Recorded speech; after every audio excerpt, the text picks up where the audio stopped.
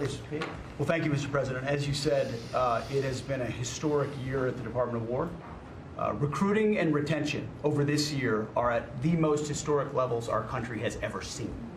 I had a chance to be on an aircraft carrier destroyer over Thanksgiving. The spirit in our ranks since the election under President Trump is unprecedented. I've never seen anything like it as a soldier myself in uniform, and I know a lot of you feel the same way. We've ripped out the DEI and the political correctness. It's all merit-based at the department. We're getting back to basics: accountability, training, readiness, lethality, and that's reviving that spirit.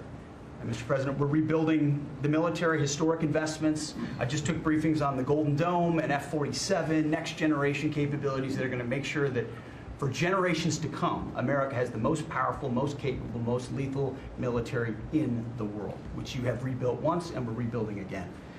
And then we're reestablishing deterrence and credibility. If you look at what happened, we deal with every day the outcome of what happened in Afghanistan, the debacle under Joe Biden. We just dealt with it in the streets of Washington, D.C. with those 2 National Guardsmen. And then what happened on October 7th with Hamas, what happened in Ukraine, a war that never would have started under President Trump.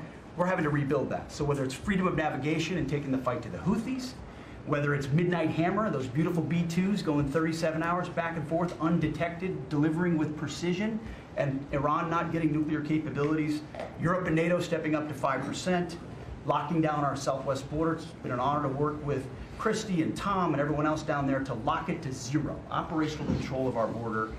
And then it's getting after and going after narco-terrorists and designated terrorist organizations in our own hemisphere. As I've said, and I'll say again, we've only just begun striking narco boats and putting narco-terrorists at the bottom of the ocean because they've been poisoning the American people.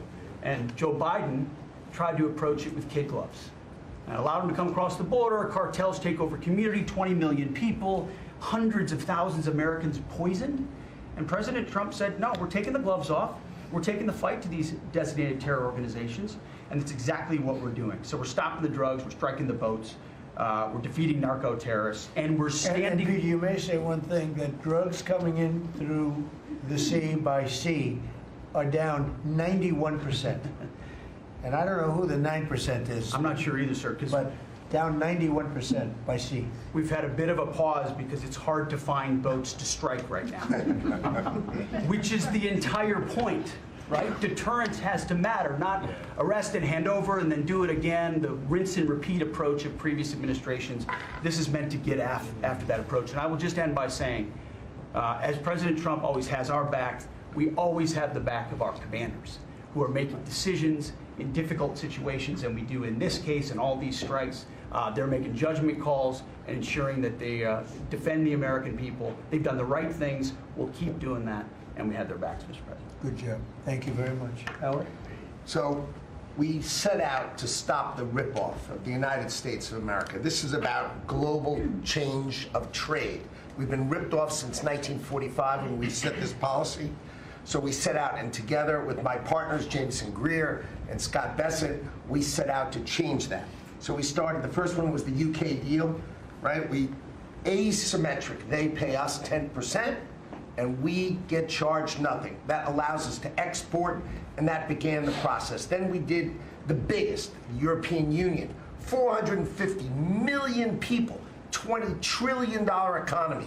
They completely opened their borders to us, and we charge them 15%. That makes America $100 billion a year and turns it back to where our economy is the best. And so it proved that President Trump's trade agenda was the right trade agenda. Then we go to Japan and Korea. They offer us $750 billion in cash to build in America at the president's direction. And we're going to start, as an example, nuclear. Right? We need to have a nuclear arsenal in America of power, the generation of power. So we're going to build hundreds of billions of dollars, financed by the Japanese and the Koreans, meaning they give us the money, we build it here, and we split the cash flow 50-50.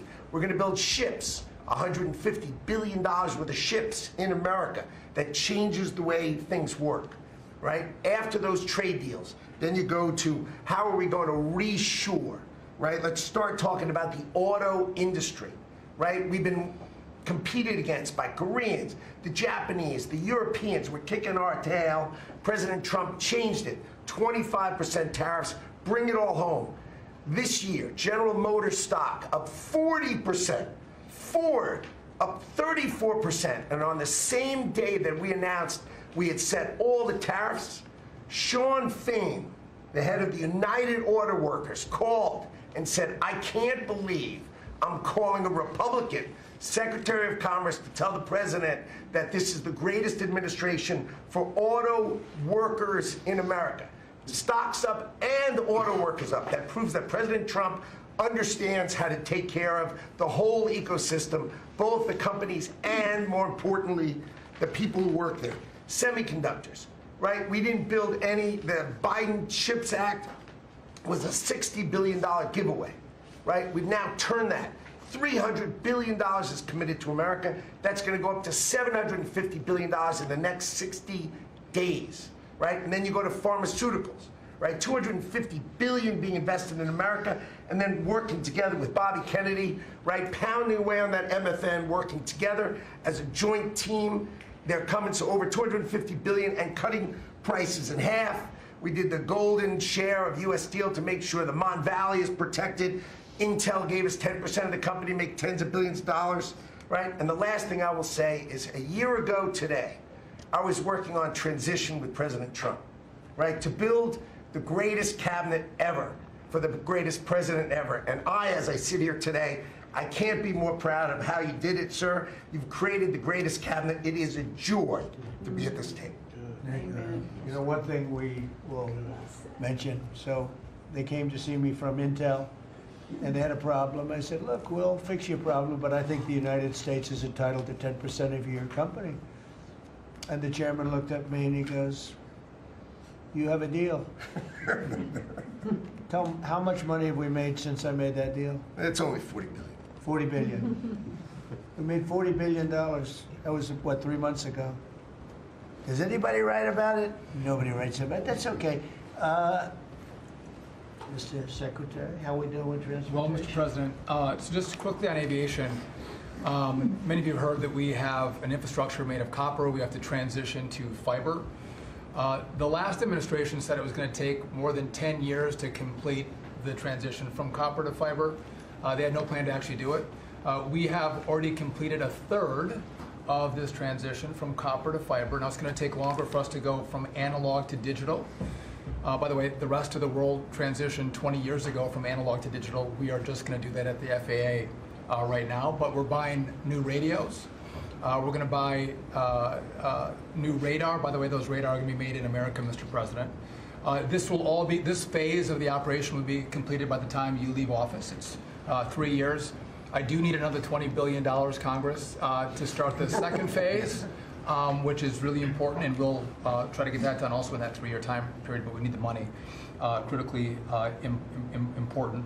With regard to commercial driver's license, I think we've covered a lot the crashes that have taken place around the country, and what we found is there have been states that have issued commercial driver's license to foreigners, and they've gone through sham schools, and they're not safe on American roadways. And so, in partnership with Secretary Noem, we have driven those numbers down. We got California, Gavin Newsom, to revoke 17,000 unlawfully issued licenses. We've closed down half of the fake schools that give out these fake licenses, all critically important. Governor Tim Walz of Minnesota gave 33% of these licenses unlawfully. People that should never have a driver's license driving a big rig on American roads, endangering the American people, shameful. We've cleaned up Union Station here in D.C. per your directive. We're going to rebuild Penn Station in New York. We're going to break ground at the end of 2027, get that project operational. And, you know, Mr. President, a lot of us, I fly commercially, I fly back by the bathrooms. I don't know why that happens. They put me in the back.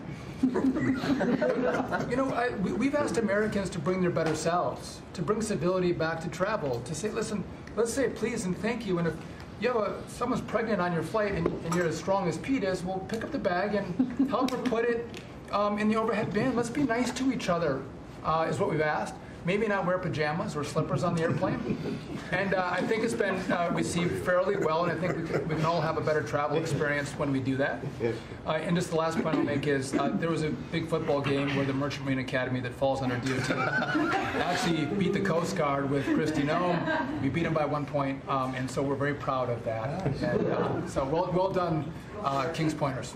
So a little bit in a nutshell, we're rebuilding the air traffic control under boot edge. It's supposed to be boot edge. Who's another grossly incompetent person? He'd get on his bicycle, ride to work.